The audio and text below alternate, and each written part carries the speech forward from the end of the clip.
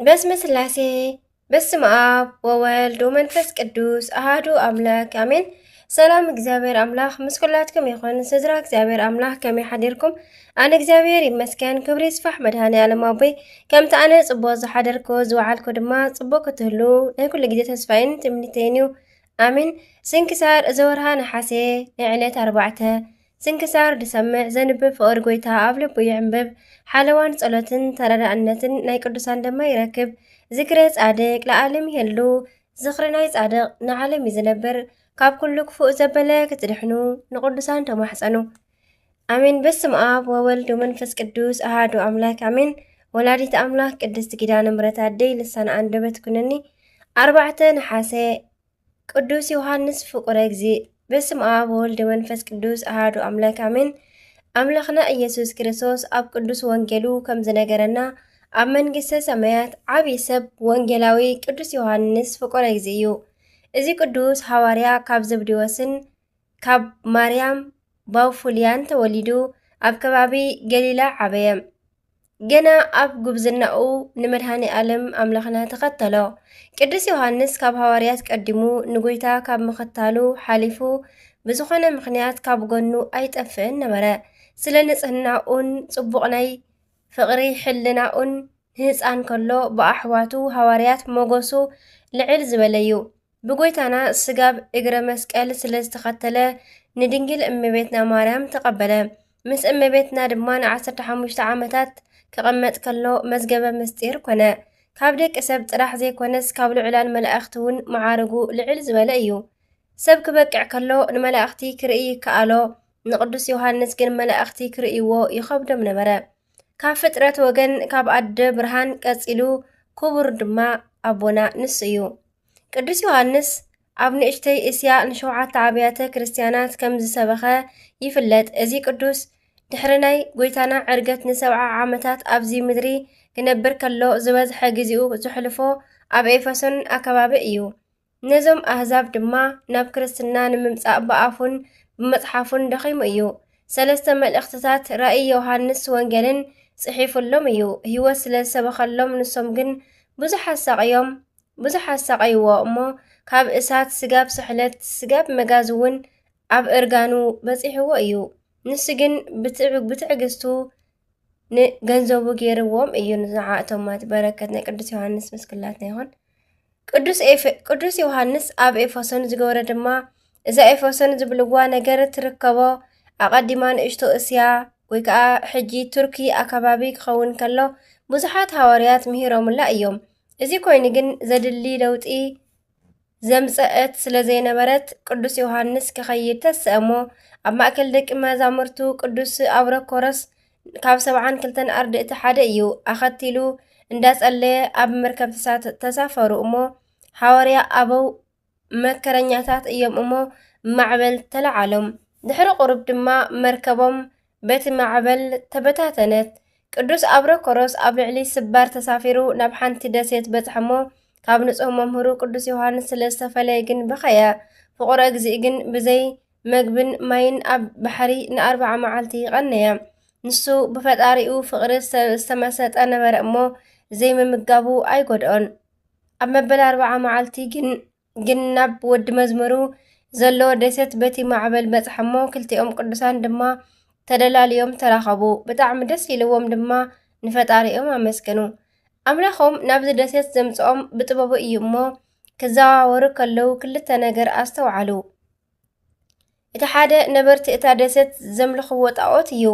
ካልኣይ መብዛሕቲኦም ናይ ቤተ መንግስቲ ወለዲ እዮም። ሮምና ዝብልዎ ሓንቲ ሰበይቲ ድማ ነዞም ኩሎም እንዳመገበ ተመሓደር።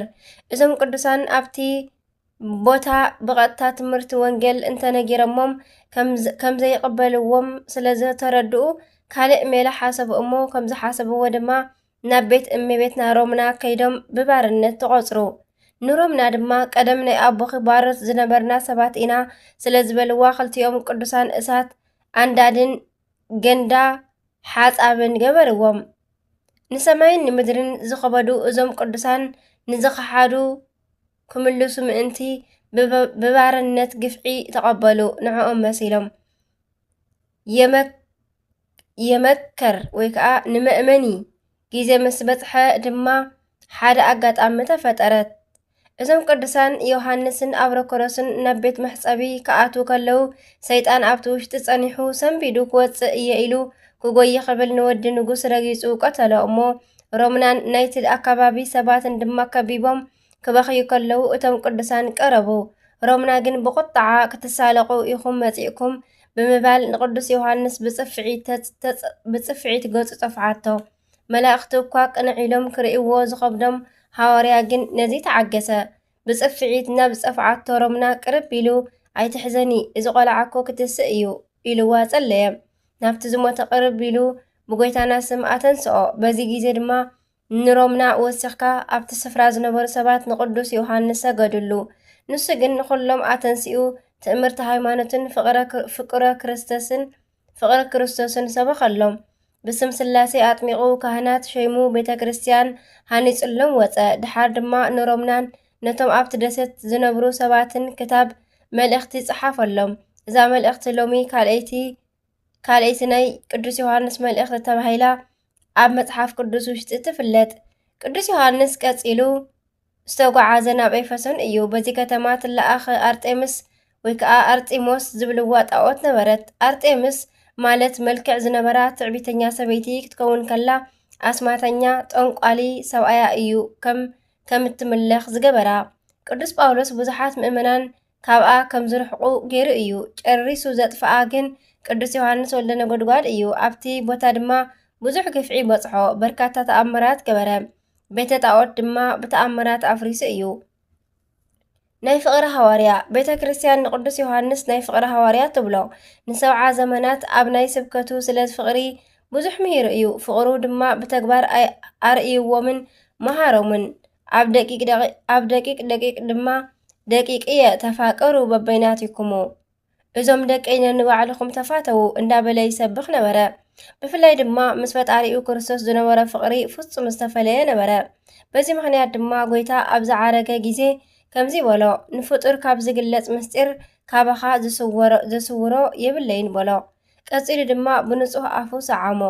ሊቅ ድማ ሰላም ለኣፉከ ለዮሃንስ ዘሰዓሞ፣ ንጹህ ህሊናሁ ወልቡ ለኣይነ ፍትወትከ ጾመ ሶበ ኣደሞ ከም ዝብሎ ኣብ መልክዓ ኢየሱስ። ቅዱስ ዮሃንስ ምስ እመቤትና ፍሉይ ፍቕሪ ነበሮ። ንሳ ከም ወዳ ክትፈትዎ፣ ንሱ ድማ ከም ኣዲኡ ልቡ ስጋብ ዝነድድ ዝኣክል ይፈትዋ ነበረ። ስጋብ እግረ መስቀል ተኸቲሉ ዝረኸባ እመቤቱ ስለ ዝኾነት ናይዚ ኩሉ ጸጋን መዓርግን ናይ ምብጽሑ ምስጢር ድንግል ማርያም እያ። ን15 ዓመታት ኣብ ጽላሎት ረድኤታ ተደጊፉ ሓቢሩ ክነብር ከሎ ብዙሕ ተምሃረ። ካብ መላእኽቲ ንላዕሊ ድማ ከበረ፣ ካብ ንጽህናኣ ድማ በረከት ተኻፈለ። ስለ ድንግል ማርያም ከዓ ነገረ ማርያም ዝብል ድርሰት ክህልዎ ከሎ ሰነ ጎለጎታ እውን ዝጸሓፎ ንሱ እዩ። ድንግል ኣብ ዝዓረፈትሉ መዓልቲ ልክዕ ከም ናይ ወዳ ክርስቶስ ንሳ እውን ስዒማ ሓቒፋቶ ዓረፈት። ሊቃውንቲ ነዚ እንድዮም ብንጹህ ከናፈራ ምስዓምን ምብራኽን ክደልዩ ከለዉ በከመ ሰኣምኪ ርእሰ ዮሃንስ ቀዳሚ ስኢሞትየ ማርያም ድግሚ ዝበሉ። ዓቢ ቅዱስ ዮሃንስ ሃዋርያ ዕድሚኡ 9 ዓመት ኣብ ዝኾነ ጊዜ ተሰወረ። ካብኡ ኣቐዲሙ ናይ ዓለም ፍጻሜ ተመልኪቱ እዩ እሞ ሎሚ ኣበይ ከም ዘሎ ዝፈልጥ ሕያዋይ ፈጣሪኡ ጥራሕ እዩ። በረከቱ ይሕደረና። ቅዱስ ዮሃንስ ወንጌላዊ ፍቁረ እግዚእ፣ ወንጌላዊ ሃዋርያ፣ ሰማዕት ዘእንበለ ደም፣ ኣቡ ቀለምሲስ ምስጢራት ዝረአየ፣ ታኦሎጎስ ነባቤ መለኮት፣ ወልደ ነጎድጓድ፣ ደቀ መለኮት ወምስጢር፣ ፍቁረ እግዚእ፣ ርእሰ ደናግል፣ ናይ ደናግል ሓለቓ፣ ቁጽረ ገጽ፣ ዘረፈቀ ውስተ ህጽኑ ለኢየሱስ፣ ኣብ ጎኒ ጎይታ ዝቕመጥ ንስር ሰራሪ፣ ልዑለ ስብከት፣ ምድራዊ መልኣኽ፣ ዓምደ ብርሃን፣ ሃዋርያ ትንቢት፣ ቀርነ ቤተ ክርስቲያን፣ ኮከበ ከዋክብት፣ ነባቤ መለኮት ቅዱስ ዮሃንስ ወልደ ነጎድጓድ በዚ ዕለት ይኽበር። በረከቱ ይሕደረና። ኣብዚ ዕለት ቅዱስ ዮሃንስ ዝሓደረ ኣብ ልዕሊ ቅዱስ ዮሃንስ ወልደ ነጎድጓድ ዝሓደረ ናይ እመቤትና ድንግል ማርያምን ናይ ሓደ ወዳን ፍቕሪ ኣባና እውን ይሕደር። ኣሜን። እዚ ዕለት ንሃዋርያ ዮሃንስ ፍልሰቱ እዩ። በረከቱ ይሕደረና። ከምኡ ድማ ኣቡነ መልከ ጸዲቅ ዘዋሸራ ኣብ ገዳሞም ንዝተቐበረ ሰብ ሓመድ زيبلعو صادق ناي ميدا أبونا ملكة صديقن ناي واشرا أبونا ملكة صديقن كلتيوم استفرالي يوم إزومنا لمعنتي ناي واشرا أبونا ملكة صديق ካብ ኣቦም ካብ ዘካራስን ካብ ኣዲኦም ስነ ክርስቶስን ዝተወልዱ ኮይኖም ኣቡነ መልከ ጸድቅ ዘዋሸራ ትውልዲ ሃገሮም ጎጃም ዋሸራ ክኸውን ከሎ ብዓቢ ተጋድሎን ሽሞትን ዘገልገሉ ኣቦ እዮም። ዲቁናን ቀሽናን ካብ ግብፂ ተቐቢሎም ኣብ ዋሸራ 30 ዓመት ብሽመት ኣገልገሉ። እዞም ጻድቕ ዝፍለጥሉ ዓቢ ተጋድሎኦም ኣብ ህይወት ዘመኖም ኩሉ ግዜ ዓርቢ ዘኽፍሉ ነበሩ። ናይ መድሃኒ ዓለም 13 ሕማማተ መስቀል ብምዝካር ንርእሶም ብደንጎላ እንዳቆሰሉ ካብ ቁስሎም ንዕዋፍ ይምግቡ ነበሩ። ኣብ ውሽጢ 40 መዓልቲ ሓንቲ ግዜ ጥራሕ ማይ ይሰትዩ ነበሩ። ረድኤት በረኸቶም ይሕደረና ብጸሎቶም ድማ ይምሓረና ኣሜን። ነሓሴ 4 ዝኽበሩ ዓመታዊ ናይ ቅዱሳን በዓላት ድማ ቅዱስ ዮሃንስ ሐዋርያ ፍቁረ እግዚእ፣ ኣባ ናርዶስ ጻድቕ ዘደብረ ቢዘን፣ ቅዱስ ጊዮርጊስ፣ ቅዱስ ማርቴና። ወርሓዊ በዓላት ድማ ቅዱስ ዮሃንስ ወንጌላዊ፣ ቅዱስ እንድርያስ ሐዋርያ፣ ቅድስቲ ሶፊያ ሰማዕት፣ ቅዱስ ዮሃንስ ዘሃራቅሊ ሰማዕት። በረከቶም ይሕደረና።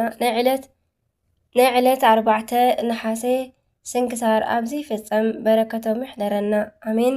ከምኡውን ናይ ዕለት 5 ነሓሴ ስንክሳር ንቕጽል። በስመ አብ ወወልድ ወመንፈስ ቅዱስ አሐዱ አምላክ አሜን። አባ አብርሃም ካልእ 5 ሰነ በዛ መዓልቲ እዚኣ አባ አብርሃም ካልእ ኣዕረፈ። ነዚ ቅዱስ ድማ ወለዱ ሃብታማት እዮም። ብተግሳጽን ብፈሪሓ እግዚአብሔርን እውን ኣዕበይዎም። ምስ ዓበየ ድማ ብዘይ ፍቓድ ሰበይቲ ኣምፀልሞ ናብቲ ዝደለዮ ንኽመርሖን ንክገልጸሉን ድማ ናብ እግዚአብሔር እናለመነ ነበረ። ኣብ መበል 70 መዓልቲ ኣብ ዓራቱ እንከሎ ድማ ጸጋ እግዚአብሔር ኣለዓዒልዎ ካብ እንዳ መርዑ ድማ ወፀ። ብርሃን እናመርሖ ከይዱ ድማ ባዶ ገዛ ረኸበ እሞ ኣብ ውሽጢ እውን ሓደረ። ብዘይካ ምግቡ ዝቕበለሉ ንእሽተይ መሽኮት ካልእ እንከይ ሓደገ ኣፍ ደገ እቲ ገዛ ነደቆ። ንዓለም ካብ ዝሓድግ ድሕሪ 10 ዓመት ኣቦኡን ኣዲኡን ብዙሕ ጥሪት ሓዲጎምሉ ሞቱ። ንስ ግን ንድኻታትን ንዘጸገሙን በተኖ። ብጾምን ብጸሎትን እናተጋደለ እውን ነበረ። በዚ ሓደ ዓጽፍን ሰሌንን ምንም ካልእ ነገር ኣየጥረየን። ብኸምሲ ድማ ን10 ዓመት ተጋደለ። እግዚአብሔር ድማ ትዕግስቱ ረኣየ እሞ ኣብ ሓንቲ ዓዲ ድማ ናብ ሃይማኖት ክምልሶም ዝኽእል ዘየለ ዓበይቶምን ኣናእሽቶምን ኣረማውያን ዝኾኑ ህዝቢ ነበሩ። ሓንቲ መዓልቲ ድማ ጳጳስ ንኣቦና አብርሃም ዘከሮ። ትብዓቱን ጥበቡን ርእዩ ድማ ቀሺ ንኽኸውን ነዞም ኣረማውያን ንኽእምኖምን ኣገደዶ። ብግዲ ኣጨኒቑ ድማ ቀሽና ሸሞ። ኣብኡ በፂሑ ድማ ቤተ ክርስቲያን መፀ። ኣብ ውሽጡ ድማ ንዕኡ ናብ ምፍላጥ ንኽምልሶም ናብ እግዚአብሔር ጸሎት ገበረ። ሓንቲ መዓልቲ ከዓ ናብ ቤት ጣዖታት ኣተወ እሞ ኣብቲ ግዜ ድማ ነቶም ጣዖታት ካብ መቐመጢኦም ኣውደቖም። ደቂ ዓዲ ድማ ነዚ ርእዮም ቁጣዓ ተመልኡ። ኣብዚሖም ቀጥቂጦም ድማ ካብቲ ዓዲ ኣባረርዎ። ንግሆ ድማ ኣብ ቤተ ክርስቲያን እናጸለየ ረኸብዎ እሞ ካብኡ ድማ ብገመድ ኣሲሮም ካብ ከተማ ወፃኢ ጎተትዎ። ኣብ ልዕሊ ሓመድ ደፊኖም ከይመውት ንእሽተይ መተንፈሲት ሓዲጎምሉ ካብኡ ኸዱ። ብሓይሊ እግዚአብሔር ተልዒሉ ድማ ተንስኡ ድማ ምእንቲ ምምላሶም እንክጽሊ ረኸብዎ። ክብሪ ብፀሓየሞ ጎይታናን ኣምላኽናን ኢየሱስ ክርስቶስ ድማ ትዕግስቱ ርእዩ ኣልባቦም እውን ናብ ቅንዕቲ ተዋህዶ ሃይማኖት መለሰ። ካብ ዓብዮም ክሳብ ንእሶም እውን ንኹሎም ብስም ኣብን ወልድን መንፈስ ቅዱስን ኣጥመቖም። ክብሪ ብፀሓየሞ ብሃይማኖት ጎይታናን ኣምላኽናን ኢየሱስ ክርስቶስ እውን ጸንዑ። ብድሕሪ እዚ ድማ ጽንዓት ሃይማኖቶም ምስ ረኣየ ኣብ ልዕሊኡ ከንቱ ውዳሴ ከየምጽእሉ ፈሪሑ ናብ እግዚአብሔር ጸለየ። እታ ሃገር ብምልክት መስቀል ኣማዕቲቡላ ዝኾነ ሰብ እንከይፈለጠ ወፂኡ ናብ ካልእ ዓዲ ኸደ። ሰይጣን ግን ብዝፈርሖ ብዙሕ ስራሕ ዝፈታተኖ ኾነ ቅዱስ ግን ክብሪ ንዕኡ ይኹን እሞ ብሓይሊ ጎይታናን ኣምላኽናን ኢየሱስ ክርስቶስ ኣሸነፎ። ብዘይ ኣንቢዕ እውን ሰዓት ኣይሓለፎቶን። ብኣስናኑ ኣይሰሓቐን፣ ብኸናፍሩ እውን ኣየኽመስመሰን፣ ንሰብነቱ እውን ቅብኣት ኣይተንከፎን። ገጹን ኣእጋሩን እውን ምስጢረ ቅዱሳት እንክቕበል እንተዘይኮይኑ ብማይ ኣይተሓጸበን። ኣቦኡን እንኡን ኣዲኡን እንክመቱ ጓል 6 ዓመት ኮይና ዝሓደግዎ ሓፍቱ ነበረቶ። ስማ ድማ ማርያ እዩ። ኣዝማዳ ናብ ኣቦና ኣብርሃም ኣምፂኦምዋ ድማ 20 ዓመት ክሳዕ ዝኾና ፈሪሓ እግዚኣብሔርን ትሕትናን እናምሃራን ሙሱ ዓብየት። ድሕሪዚ ሰይጣን ኣብ ልዕሊኣ ቀኒኡ ምስ ሓደ መነኮስ ኣፈቐራ እሞ ድንግልናኣ ኣጥፍአት። ኣስኬማኣን ክዳውንታን ለዊጣ ድማ ናብ ካልእ ዓዲ ከደት። ኣብታ ለይቲ እቲኣ ድማ ኣባ ኣብርሃም ዓብይ ገበል ንርግቢት እንክውሕጣ ከሎ ደንጉዩ ድማ ናብ ትሕቲ እግሩ እንትተፍኣ ረኣየ። ብጽባሒቱ ድማ ማርያ ኣብ ውሽጢ ቦታኣ ተስኣነት። ኣባ ኣብርሃም ድማ ደንገጸ። ንዓኣ ንኸራኸብዎ ድማ ናብ እግዚአብሔር ጸለየ። ንኸራኸብዎ ማለት ድሕሪ ሒደት መዓልታት ድማ ሓፍቱ ኣብ ዘላትሉ ሰምዐ። ኣልባስ ምንኩስናኡ እውን ለወጠ። ሰባት ከይፈልጥዎ እውን ገጹ ተጐልበበ። ልብሲ ወታደር ለቢሱ ፈረስ ሰሪሑ ናብ ዘላቶ ዓዲ ከደም። ኣብኡ በፂሑ ድማ ማርያ ናብ ዘላትሉ ኣተወ እሞ ብኽዳን መሸታ ምስ ረኣያ ድማ ኣመና ሓዘነ።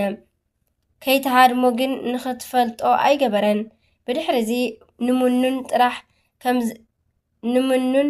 ንዝሙት ጥራሕ ከም ዝደልይዋ ኩሎም ሰባት ምእንቲ ክመስላ ነቲ ዝለኣኻ ምስ ማርያ ንኽሕጐስ ዝብላዕን ስተን ንኸዳሉ ዲናር ወርቂ ሃቦ። ብድሕሪ ድራር ድማ ናብ ውሽጠዋይ ገዛ ኣእተዋ። ኣፍ ደገ እውን ዓፀወ። ኢዳ ሓዛ እሞ ዓርሱ ገለጸላ። ምስ ፈለጠቶ ድማ ደንገጸት፣ ከም በድኒ ድማ እውን ኮነት። ኦ ጓለይ፣ ብዘይካ እግዚኣብሔር ካብ ሓጢኣት ንጹህ የለን እሞ ኣይትፍርሒ። ነገር ግን ንዒ ንስሓ እተዊ፣ ናብ ዝቐደመ ቦታኽን ስርዓትክን እውን ተመለሲ ድማ በላ። ንሳ እውን እሺ በለቶ። ምስ ወግሐ ድማ ወሲዱ ናብ ፈረሱ ኣደየባ። ካብ ኢድ ሰይጣን ነፍሲ ሓፍቱ ስለ ዝማረኸ ድማ እናተሓጐሰ ተመለሰ። ናብ ቦታኡ ምስ በጽሐ ድማ ኣፍ ደገ ገዛኣ ዓፀወላ። ልብሲ ሓዘን ስቕ ተኸዲና ድማ እንዳተነስሐትን ኩሉ ትራሓት ተጋድሎ እንዳተምሃረትን ዝረኣዩ ብተጋድሎኣን ትብዓታን ክሳዕ ዝገረሙ ጸኒዓ ተቐመጠት። እግዚአብሔር ድማ ብኣእዳው እዚ ቅዱስ ኣጋንንቲ ብምውፃእን ድውያን ብምፍዋስን ተኣምራትን መንክራትን ገለጸ። ድሕሪ ሓንቲ ዓመት ድማ ንንስሓ ርእዩ ኣብ 70 ዓመት ንዝተመስገነ እግዚአብሔር እናመስገነ ኣዕረፈ። ሓፍቱ ማርያ ድማ መዓልትን ለይትን ትሕርምቲ ምስ ኣንብዕ እናብዝሐት ንኻልኦት 5 ዓመታት ጸንሐት። ብድሕሪዚ ድማ ኣዕረፈት። ዝረኣይዋ ድማ ኣብ ገጻ ስለ ዝነበረ ብርሃን ንእግዚአብሔር ምስጋና ኣቕረቡ። ንእግዚአብሔር ኣምላኽና ምስጋና ይኹን፣ ንዓና እውን ብጸሎት ቅዱሳን ይምሓረና ንዘለዓለም አሜን። ሰላም ለአብርሃም ዘተሰደ ወተዘብጠ እምህርትምና ወካህድ አረማውያን እስከ ሜጠ ለነፍሰ እህቱ ጽዊዎ እምአፈከይሲ መሰጠ እስመ ይጸግበ እምተጋድሎ እስከ ዕድሜሁ ሰለጠ መዋዕለ ዓመታት ሰብአ ኮናሁ ሃዳጠ። በረከት ይሕደረና አሜን። ከምኡውን ቅዱስ ዮሐንስ ጻድቅ ከምኡውን በዛ መዓልቲ እዚኣ ወታደርን መስተጋድልን ዝኾነ ቅዱስ ዮሐንስ አዕረፈ። ነዚ ቅዱስ ድማ ወለዱ ክርስቲያን እዮም። ንሱ ድማ ኣብ ናይ ዑልያኖስ ሰራዊት ወታደር ነበረ። ንጉስ ድማ ንህዝበ ክርስቲያን ኣብ ኩሉ ዝነብሩሉ ቦታ ንኸሳቅይዎም ምስ ወታደራት ኣዕርኽቱ ለኣኾ። ንሱ ድማ ነቶም ወታደራት ኣዕርኽቱ ንክርስቲያን ኣመና ከም ዝጸልኦምን ከምዝጻልኦምን ይገልጸሎም ነበረ። ነገር ግን ብጸልማት ናብኣቶም ኣትዩ ሰናይ ነገር ይገብረሎም ዝደለይዎ እውን ይህቦም ነበረ። ኩሉ ግዜ ድማ ይጽሊ ይጸውምን ምጽዋት ይህብን ነበረ። ንምስጉን እግዚአብሔር ድማ ኣሓጐሶ ብሰላም ድማ ኣዕረፈ። ንዕኡ ንጎይታ ምስጋና ይኹን። በረከቶም ንቅዱሳን እውን ምሳና ተሃሉ ንዘለዓለም ዓለም ኣሜን። ኣርኬ ሰላም እብል ለዮሃንስ ሃራዊ እምኣብያጺሁ ዝህብኣ ህገ ክርስቲያናዊ ለምእመን ገያሲ ክርስቲያናዊ ለምእመን ያሰኒ በይነ ዘይቀትል ወያደዊ ጸውኦ እንበይነዝ እግዚአብሔር ማህያዊ ለከብካበ ሰማይ ድሉ ለዝንቱ መርአዊ ይብል በረከት ይሕደረና። ከም ድማ ኣባ ፊልጶስ ዘደብረ ቢዘን ከምኡውን በዛ መዓልቲ እዚኣ ኣባ ፊልጶስ ዘደብረ ቢዘን ኣዕረፈ። ኣቡነ ፊልጶስ ዘደብረ ቢዘን ደቀ መዝሙር ኣቡነ ኤዎስጣቴዎስ ዝነበሩ እንክኾኑ ዝነብረሉ ግዜ ድማ ኣብ 1316 ክሳብ 1397 ዓመተ ምህረት ከም ዝኾነ ይንገር። ኣቡነ ፊልጶስ አንዳዴ ባህር እናተባሃለ እውን ይፍለጡ እዮም። ልክዕ ከም መምህሮም ቅዱስ ኤዎስጣቴዎስ ቀዳሚት ሰንበት ክትክበር ኣለዋ ኢሎም ዝምግቱ ዝነበሩ ኣቦ እዮም። በዚ ምክንያት ድማ ኣብ ቅድሚ ንጉስ ዳዊት ብዙሕ ግዜ ተኸሲሶም እዮም። ምስ ጳጳስ እቲ ግዜ ኣቡነ በርተሌሜዎስ እውን በዚ ምክንያት ኣይስማዕምዑን እዮም ዝነበሩ። እዞም ቅዱስ ኣቦ ነቲ ጥንታውን ብዙሓት ሃይማኖታውያን ቅርስታት ዝሓዘን ዓብይ ገዳም ደብረ ቢዘን ኤርትራ ዝመስረቱ ኣቦ እዮም። ሓደ እዋን ክፉኣት ሰባት ቀኒኦምሎም ኣብ ሃይቅ እስጢፋኖስ ኣምሓራ ናብ ዝርከብ ባሕሪ ጥሒሎም ንኽሞትሎም ኣብ ለቆታ ኣሲሮም ደርበይዎም። ኣቡነ ፊልጶስ ግን ኣይኮነንዶ ክጥሕሉስ ነቲ ባሕሪ ብተኣምር ከም ላምባ አንደድዎ። በዚ ምክንያት እዩ እምበኣር አንዳዴ ባህር እናተባሃሉ ዝፍለጡ። ካብዚ ብተወሳኺ ኣቡነ ፊልጶስ ከም እኒ ቅዱስ ጴጥሮስ ብጽላለቶም ድውያን ዝፈውሱ ዝነበሩ ቅዱስ ኣቦ እዮም። በረከቶም ምሳና ተሃሉ ንዘለዓለም ዓለም ኣሜን። ሰላም ለፊልጶስ እንተ ክህለ ያእዱ ለዘጸውኦ ብእሲ ለውሂዘ ክረምቲ እምነ መጎዱ ወእምኔሁ ኣብ እለ በመንፈስ ተወልዱ እንዘይዘኑ ሃይሎ ወምግባረ ጽድቁ ይንእዱ ስሙዓቲሁ ወፅአ ለዓለም በአውዱ። ንእግዚአብሔር ምስጋና ይኹኖ ንዓና እውን ብጸሎት ቅዱሳን ይምሓረና ንዘለዓለም ዓለም ኣሜን። ናይ ኣቡነ ፊልጶስ፣ ናይ ኣቦና አብርሃም፣ ናይ ኩሎም ቅዱሳን ናይ ዕለት 5 ናይ ኣቡነ ገብረ መንፈስ ቅዱስ ናይ ኩሎም ናይ ቅዱሳን ናይ ቅዱስ ሐዋርያ ዮሐንስ መስኩላትና ይኹን ኣሜን። ከምኡ ድማ ናይ ዕለት 6 ስንክሳር ንቐጽል። ነሓሴ 6 በስመ አብ ወወልድ መንፈስ ቅዱስ አሐዱ አምላክ አሜን። እንኳዕ ናብ ኣዴና ቅድስቲ ማርያም መግደላዊት ዓመታዊ ናይ ዕረፍቲ በዓል ብሰላም ኣብጽሐና አሜን። ቅድስቲ ማርያም መግደላዊት ነዛ ቅድስቲ ማርያም ዝበልዋ ወለዳ ክኾኑ ከለዉ መግደላዊት እንዳበሉ ዝጽውዕዋ ድማ ሐዋርያት ወንጌላውያን እዮም። ንምንታይ ከምዚ ኢሎም ጸዊዖማ እንተበሉ ኣብቲ ዘመን ማርያም ዝበሃላ ብዙሓት ኣዋልድ ስለ ዝነበራ ካብአን ንምፍላይ እዩ። ከምኡውን ኣብ ናይ እስራኤል ኣውራጃ ኣብ መግደሎን ተወሊዳ ዝዓበየት ስለ ዝኾነት ማርያም መግደላዊት እዚ ተሪፍኪ ዘይብልዋ ምልክዕቲ ስለ ዝነበረት ሰባት የድንቕዋ ኣወዳት ይኽተልዋ ነበሩ። በዚ ድማ 7 ኣጋንንት ተጸጊዖም 7 ዓይነት ሓጢኣት የስርሕዋ ነበሩ። ብፍላይ ድማ ብዝሙትን ብቱ ዝፍትን መጋየፂ ብትዕቢትን ብጣዕሚ ዝተፈልጠት ነበረት። ብኸምዚ ዝበለ ግብሪ ጸኒዓ ንዘመናት ክትነብር ነበረት እሞ ኣብቲ ዘመን ናይ ክብሪ በዓል ቤት ጎይታና ኢየሱስ ክርስቶስ ስጋኣ ተዋሂዱ ይምህር ስለ ዝነበረ ስለ ጎይታና ሰምዐት እሞ ጎይታ ሓጣኣን ኣይጽየፍን እዩ ይቕበል እምበር ኣጋንንቲ እውን የውፅእ እዩ ኢሎም እውን ነገርዋ። ጻውዒት ናይ እግዚአብሔር ስለ ዝኾነ ማርያም መግደላዊት ኣይደንጎየትን። ናብኡ ኸይዳ ንጎይታ ኣብ ዝረኣዮቶ ግዜ ጎይታ ኮላሊት ዝምርምር ኣምላኽ እዩ እሞ ኣቕረባ። ብምሕረቱ ድማ ካብ ጨጉሪ ርእሳ ጽጋብ ጽፍሪ እግራ ንዝመልእዋ 7 ናይ ኣጋንንቲ ነገድ ኣውፅኣላ። በታ ሰዓት ኣብታስ ዕለት ከም ዝተወለደት ህፃን ካብ ዝነበራ ኩሉ ሽግር ንጽህቲ ኾነት። ጎይታ ድማ ካብ 36 ቅዱሳን ኣንስቲ ሓንቲ ምእንቲ ክትከውን መሪፁ ተኸታሊቱ ገበራ። ቅድስቲ ማርያም ካብዛ መዓልቲ ጀሚራ ፍጽምቲ ተቐየረት። ኣካይድኣ ኩሉ ዝተባረኸን ናይ ንጽህናን ኮነ። ንጎይታ ክሳብ ዕለት ሕማሙ ብመዓልትን ብለይትን ብቕንዕና ኣገልገለቶ። ጎይታና ስለና መከራ ኣብ ዝተቐበለላ ብዕለተ ዓርቢ እውን ካብ ንግሆ ጀሚራ ክሳብ ምሸት ኣብ ጎኑ ነበረት።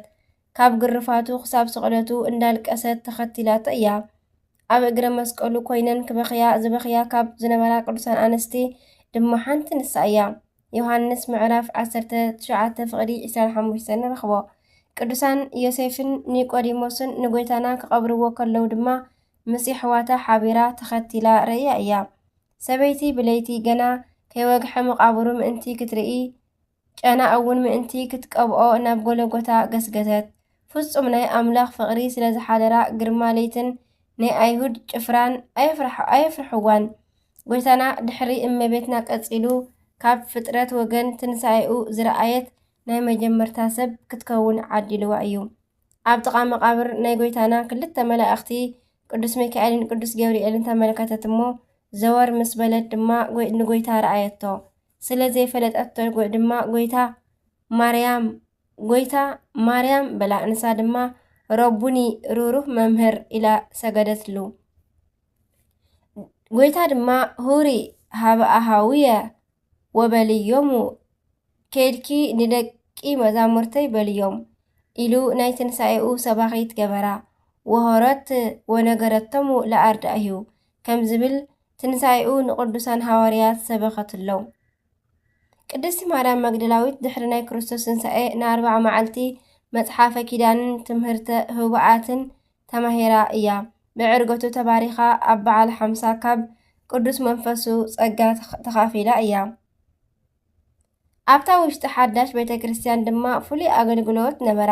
ቅዱስ እስጢፋኖስ ን8,000 ማሕበር ክመርሕ ከሎ ኣዋልድ ተመሓድረሉ ዝነበረት ቅድስቲ ማርያም መግደላዊት ነበረት።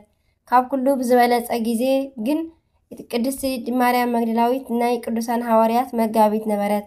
ኣብቲ ዘመን መንፈስ ቅዱስ ንዝባረኾ ኣጋፔ ንናይ ፍቕሪ መኣዲ እትቐርብ ንሳ ነበረት። ከማን ሓደ ግዜ ዝብላዕ ተሳኢኑ ንሃዋርያት መኣዲ ዝኸውን ክትደሊ ክሳብ እግራ ቆሲላን ደምያን ዝተመለሰትሉ ከም ዘሎ ይንገር። ከምዚ ገይራ ዝቐረበቶ መኣዲ ቅዱስ መልኣኽ ወሪዱ ድማ ናብ ሰማይ ወሰዶ። ንቅዱሳን ሃዋርያት ድማ እንዳምፀአ ይምግቦም ነበረ። ኣድና ቅድስቲ ማርያም መግደላዊት ብስብከተ ወንጌል ዝተመስከረላ ነበረት እሞ ናይ መጀመርያ ናይ ሓዲስ ኪዳን ዲያቆናዊት ጓል ክትከውን ከላ ክርስትና ተዛዊራ እውን ሰቢኻ እያ። ስለ ቅዱስ ስሙ ድማ ጸርፍን ላግፅን መከራን ግርፋትን ተዓኪሳ እያ።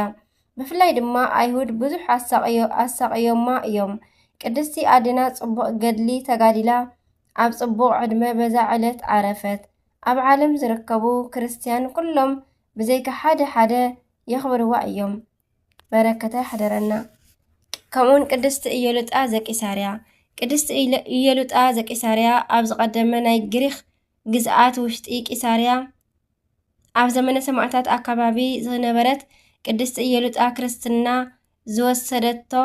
ዝወረሰቶ ካብ ኣድያ እዩ።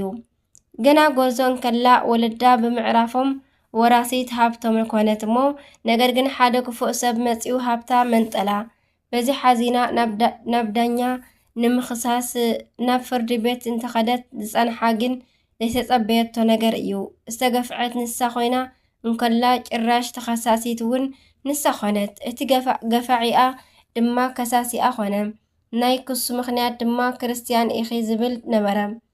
ኣብቲ ወቕቲ ኣብ ቅድሚ መኳንንቲ ክርስትናኣ ክሒዳ ብቐጥታ ሃብታ ክትረክብ ትኽእል ነይራ እያ። ንሳ ግን ዘዋፅኣ ሓሰበት። ከመይ ገይረ ንናይ ዘለኣለማዊ ሃብተይ ሃይማኖተይ بحلاف النبرت الوطا إلى كلهم إندا سمعوا عو إلى كريستيان إيه بلد بغصبت كأموت تفريدوا بزعلت بسماعة النت تقتلت عبي قدوس باسليوس سلا سماعتات أبز الصحافة درسان بصفحات أمسجنوا إيو نعوالد كأ عباي مسالي مخانا مسكر الله إيو نايك قدس إيولوت آرديت برختي حدرنا بصلوتا يمحارنا أمين كمون مناني منقست أونا إيوسياس تولدهم أبشواك خون كالو ودي نقص عمدس إيون إيوم تري علات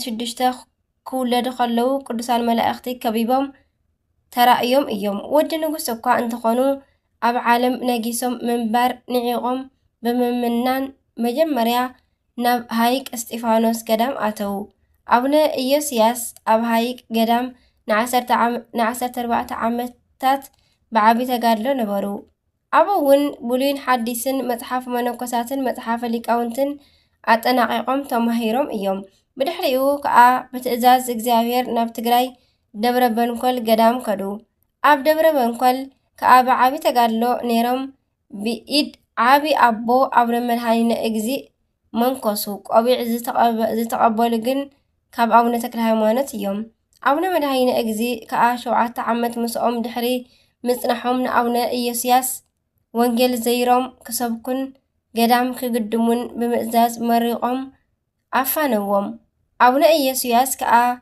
ناب عدوى أوراجا لومي بسمهم ناب ستوع قدام كيدوم أبتي بوتا بتقادلو نبرو نتي قدام مس قدمو دما بزحات مناقصات أفريم إيوم إذن صادق أبو زفلق قوات أبل بفواسنتو استفلت أيو ببع عمتو أب علات عرفتم نحاسي علات شدشتا صحابة أبت بهال بوتا قيمم أبس الليلو حازة عاسا كاب سماي يزنب يوم إذي كأ كساب حجي ببع عمتو نحاسي شدشتا بقلس الناتر آية يركب أونا إيوسياسن كهاديان يخون ريتا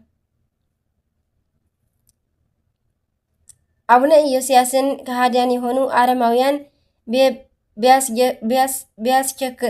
شكراچو صادقم بصلوت بياملكتو بيت اندمطا يمايتاوق نጭየን بمنጋ መጥቶ አረማውያንን